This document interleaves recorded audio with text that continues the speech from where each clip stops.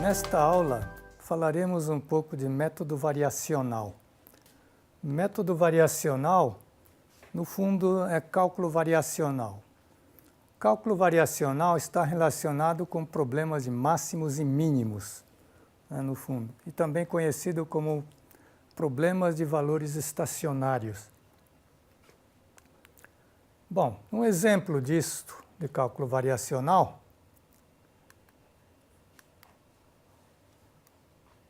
é curva de menor comprimento entre dois pontos de uma superfície. Então, tem uma superfície, pode ser plano, então, dois pontos num plano. Se for esfera, dois pontos em uma esfera. Então, eu quero passar uma curva que tem menor comprimento nesses dois pontos na superfície. Numa região plana, se não tiver nenhum obstáculo, para uma pessoa locomover de um ponto para outro, intuitivamente ele anda numa linha reta. Isso aqui também é um resultado do cálculo variacional, que diz que menor distância entre dois pontos em um plano é uma reta. Outros problemas têm como superfície de revolução de menor área. Então, tendo uma certa curva, se eu rodar essa curva ao redor de um eixo, gera uma superfície. Então, eu quero uma superfície de menor área. Qual a curva que gera essa superfície de menor área? E tem um problema também chamado problema de Brachistochrona. Isso significa o seguinte: dado dois pontos num espaço, qual a curva que passa por esses dois pontos, que quando eu colocar uma partícula no primeiro ponto, ele escorrega com menor tempo até chegar ao segundo tempo. Isso foi proposto ser resolvido por Bernoulli. Problemas do movimento em mecânica têm um interesse especial numa coisa chamada valor estacionário de uma integral definida. Esta integral definida envolve o integrando com uma função que é de y, sua derivada com relação a x, né? Y é função de x, e do próprio x, que é definido nesse intervalo fechado a até b. E o y de x é uma função incógnita que eu quero determinar. O que eu disse em palavras aqui, em simbologia, é isso. Eu quero determinar esta integral, o valor estacionário desta integral. Acontece que se eu fizer uma pequena mudança nesse y, geralmente o valor de i também muda. Mas o problema que me interessa mesmo não é esse tipo de problema. O que interessa é o seguinte: quando eu fizer uma pequena mudança no y, o valor de i não muda. Esse tipo de problema que me interessa. Tá? Mas para isso eu tenho que manter o valor de y nos extremos dessa integração, esse e esse, inalterados, né? Então eles ficam fixos nesses pontos. Mas aqui entre A e B, eu posso mudar à vontade. Graficamente, significa o seguinte: vamos supor que isso aqui seja o y de x que eu estou procurando. No valor x igual a A, este ponto é o valor de y de A. No ponto x igual a B, este é o valor do y igual a B. Tá? Então, A e B são pontos que eu não mexo, mantenho fixo. E aqui, entre A e B, não incluindo os A e B, eu posso fazer a variação dessas funções à vontade. Tá? É uma variação artificial, né? Por isso chamado variação virtual. Do que eu acabei de dizer, olha, essa curva pontilhado é um exemplo do resultado dessas variações todas que eu fiz. Então, no ponto x igual a c, por exemplo, o valor de y seria dado por esse ponto P aqui. Isso aqui seria o y de c. Daí, variei isso daqui até chegar no Q. Esta diferença aqui chama variação de y. Essa é uma variação virtual. E qual a diferença entre variação real, dy, que nós estamos acostumados a lidar? O que acontece é o seguinte, se eu variar o x de xc para c' por uma variação infinitesimal dx, o y varia daqui do p até p', né? Então, y de p' é esse ponto aqui. Então, nesta variação de x, eu tenho a variação de y, que esse que é o dy. Essa é a variação real e ΔY eu não mexo no x, o x não varia aqui. Bom, posto isso, então, eu vou aplicar variação de y, portanto, eu tenho ΔY para todo x no intervalo entre A e B. Agora é um intervalo que não inclui os extremos. Então, a variação de y é uma função de x também. A derivada de y, conforme eu vou variando, também altera, né? Então, tem uma variação da derivada, também é uma função de x nesse intervalo aqui.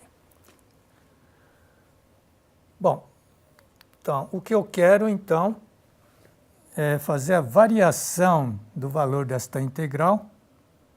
Então, é a variação desta integral e eu quero que seja zero. Portanto, qualquer variação que eu fizer no y, eu não quero que altere o valor do i. Muito bem. Então, se f for uma função contínua em y' e x, e tem as suas derivadas parciais com relação a y' e x contínuas, então o que eu posso fazer é trocar a ordem da integração com a variação. Então, a variação da integral fica sendo igual à integral da variação do integrando. Então, isso, eu quero que isso seja zero. Bom, então, a variação da função f, eu tenho aqui regra de cadeia, né, da variação, aplicação, e veja que não aparece variação do x aqui, porque eu estou fazendo a variação virtual, não variação real. E aparece aqui a variação da derivada de y. E eu consigo provar que a variação da derivada é igual à derivada da variação. Então, levando isso em consideração aqui, a integral da variação de f fica essa expressão aqui. E aqui nós temos, olha, uma expressão do tipo UDV. Então, eu posso integrar por partes uma vez essa expressão, ele fica assim, né? Isso aqui, então, é UV menos dv, derivada de U vezes V. Aqui também, então, fica ΔY aqui, que eu fatorei com esse ΔY. Bom, este termo aqui vai dar zero. Por quê? Eu tenho y no A e y no B fixo, então a variação nesses pontos é zero. De maneira que o que eu tenho aqui é esta integral aqui igual a zero. Né? Então, a variação do i é representada por essa integral, e a variação é zero. Muito bem, então, isso tem que ser mantido y, né, no A e no B, fixos, o que significa que a variação nesses pontos é zero. Esta identidade tem que valer para a variação arbitrária na função y no intervalo entre A e B, excluindo os extremos. Isso leva a esse coeficiente aqui igual a zero, e isso aqui é chamada equação de Euler-Lagrange. É uma equação diferencial de segunda ordem. Então, resolvendo esta equação aqui, eu tenho o y que eu estou procurando. Agora, eu posso ter também um problema de determinar valor estacionário da integral, mas tem uma condição extra aqui. Ele tem que ter valor estacionário, um y tal que esta integral tenha valor estacionário mas tem que satisfazer esta condição aqui. Neste caso, eu tenho, se eu fizer a variação desta integral sobre essa condição. Como aquele lá é um número, se eu fizer a variação dá zero. Então, nesse caso aqui, uma integral seria proporcional à outra. Eu posso introduzir uma coisa chamada multiplicador de Lagrange e fazer com que a variação da integral desta combinação de f com g seja zero. Então, tem aquele todo o processo de troca de integração com variação, etc. E eu tenho que fazer a variação desta função, que também, procedendo da mesma maneira, eu chego à equação de Euler-Lagrange dado por isso aí. Poderia separar o termo com f e com g, né, mas vou deixar assim por enquanto. Então, eu introduzi um parâmetro aqui e tenho uma equação só. Então, para determinar esse parâmetro, eu uso, então, a condição que o y que tem que estar satisfeito para ter a estacionalidade daquela integral. Para duas ou mais variáveis, como é que fica? Então, a integral em questão tem essa forma. O integrando é uma função de vários y aqui. Selecionei n y. E tem suas derivadas aqui e o x. Também, tudo isso aqui eu tenho que manter valores de cada um desses y fixos em A e em B.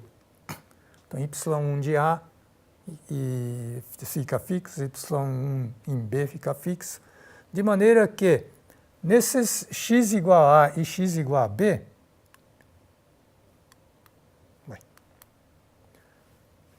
eu tenho a variação dessas funções igual a zero nesses pontos aqui. Então, eu quero variação dessa integral zero, mantendo esses extremos fixos. E que, fazendo todas aquelas manobras, eu chego a esta equação aqui. Aqui eu posso trocar a ordem da soma e a integral. Fica a soma de integral igual a zero.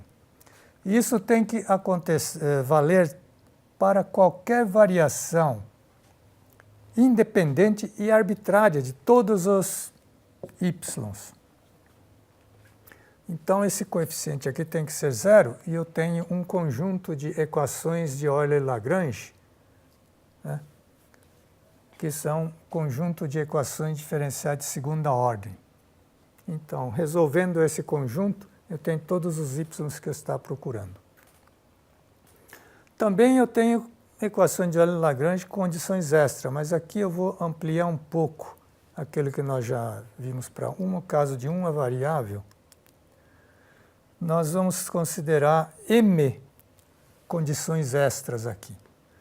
Também tem todos esses procedimentos que nós já fizemos e chegamos à variação desta integral igual a zero. E que também, trocando a ordem aqui, manipulando todo, nós chegamos a esse conjunto de equações de Euler-Lagrange com esse termo aqui que tem os multiplicadores de Lagrange. Aquelas condições extras completam o número de equações necessárias para fazer a determinação de todos eles. Agora, em mecânica, como é que isso é feito? Definimos uma grandeza chamada ação, que nada mais é do que uma integral definida da Lagrangiana, aquela Lagrangiana que nós já aprendemos a determinar, integrando no tempo de um instante ta até tb. E aqui nós temos que manter todas as coordenadas generalizadas fixas nesses instantes aqui. Então, a variação das coordenadas generalizadas nesses instantes aqui é zero. Então, o princípio da minimação, nós chegamos ao princípio da minimação, que diz que a variação da ação é zero, né, mantido as variações nos instantes ta e no tb igual a zero, chego ao conjunto de equações de Euler-Lagrange, que são as equações de Lagrange que nós vimos quando introduzimos o formalismo de Lagrange. Também, no princípio de minimação, temos também a situação de a ação ser mínima com condições extras. Quem são essas condições extras?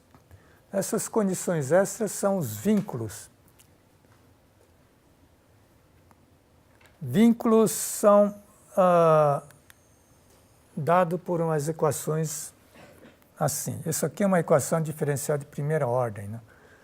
O vínculo que eu falei antes eram vínculos holônomos, que ele não dependia das derivadas das coordenadas generalizadas com relação ao tempo. Se essa equação diferencial fosse solúvel, eu tenho vínculo holônomo de novo.